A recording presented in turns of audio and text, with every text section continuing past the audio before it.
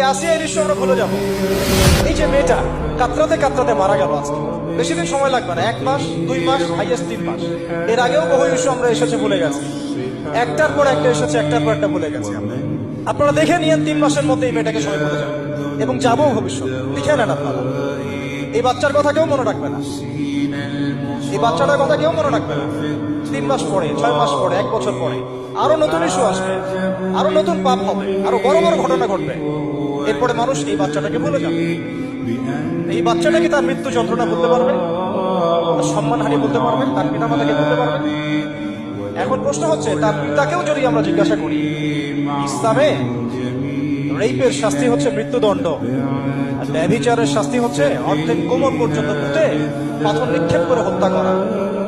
এবং বিবাহিত ব্যক্তি হলে এই শাস্তি, অবিবাহিত হলে 100 বেত্রাঘাত, 1 বছর নির্বাসন এবং সমাজ